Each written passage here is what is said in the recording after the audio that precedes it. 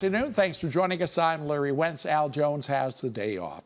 Authorities have identified the driver who died on Friday after a pickup went into the Missouri River in Sioux City. Police identified the driver to be Mr. Delana H. Jackson of Sioux City. His body recovered when pickup crews were forced to tow that pickup out of the river.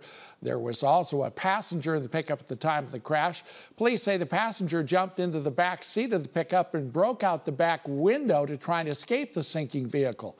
Police have not identified that passenger who survived.